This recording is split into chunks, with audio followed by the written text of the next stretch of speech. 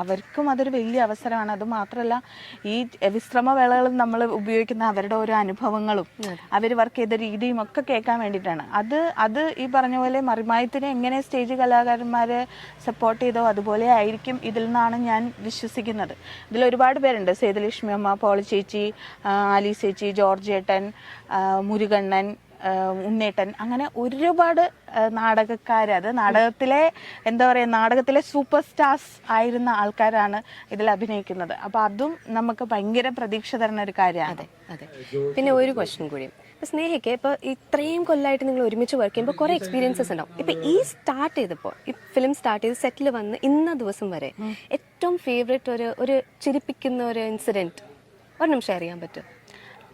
അത് സന്തോഷം, നല്ല സന്തോഷം ഉണ്ടായ സന്തോഷം എന്ന് പറയുന്നത് ഇതിന്റെ പൂജ നടന്ന ചടങ്ങാണ് ഞങ്ങളെ സംബന്ധിച്ച് ഏറ്റവും സന്തോഷമുള്ള നിമിഷം.